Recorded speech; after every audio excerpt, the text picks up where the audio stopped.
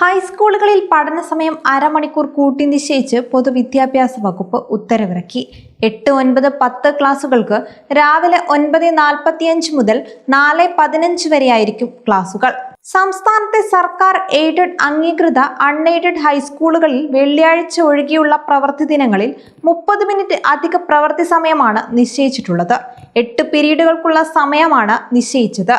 രാവിലെ 9:45 ആരംഭിച്ച് 2 പീരീഡുകൾ 45 മിനിറ്റ് വീതമാണ്. 10 മിനിറ്റ് ഇടവേളയ്ക്ക് ശേഷം പിന്നീടുള്ള 2 പീരീഡുകൾ 40 മിനിറ്റ് വീതവും.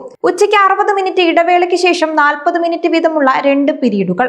തുടർന്ന് 5 മിനിറ്റ് ഇടവേളയ്ക്ക് ശേഷം 35 മിനിറ്റുള്ള 1 പീരീഡും 8ാമത്തെ പീരീഡ് 30 മിനിറ്റും ആയിരിക്കും ഉണ്ടാവുക. 4:15 ക്ലാസുകൾ അവസാനിക്കുകയും ചെയ്യും. പുതിയ സമയക്രമം ഉൾക്കൊള്ളിച്ച് തയ്യാറാക്കിയ ടൈം ടേബിൾ ഉടൻ തന്നെ പ്രാബല്യത്തിൽ വരുമെന്നാണ് ഉത്തരവിൽ വ്യക്തമാക്കിയിട്ടുള്ളത്.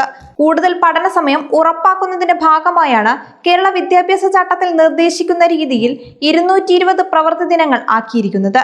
ഇതിലൂടെ 1100 പഠന മണിക്കൂർ ലഭിക്കുന്നതിന് വേണ്ടിയാണ് ഹൈസ്കൂൾ ക്ലാസുകൾക്ക് 30 മിനിറ്റ് ദീർഘിപ്പിച്ചത്.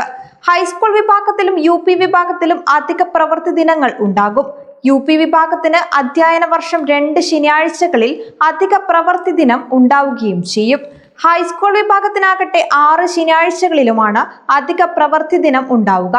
5 മുതൽ 7 വരെയുള്ള ക്ലാസുകൾക്ക് ജൂലൈ 26, ഒക്ടോബർ 25 എന്നീ ശനിയാഴ്ചകളിലാണ് ക്ലാസ് ഉണ്ടാവുക. 8 മുതൽ 10 വരെ ക്ലാസുകൾക്ക് ജൂലൈ 26, ഓഗസ്റ്റ് 16, ഒക്ടോബർ 4, ഒക്ടോബർ 25, ജനുവരി 3, ജനുവരി 31 എന്നീ ശനിയാഴ്ചകളിലാണ് ക്ലാസ് ഉണ്ടാവുക.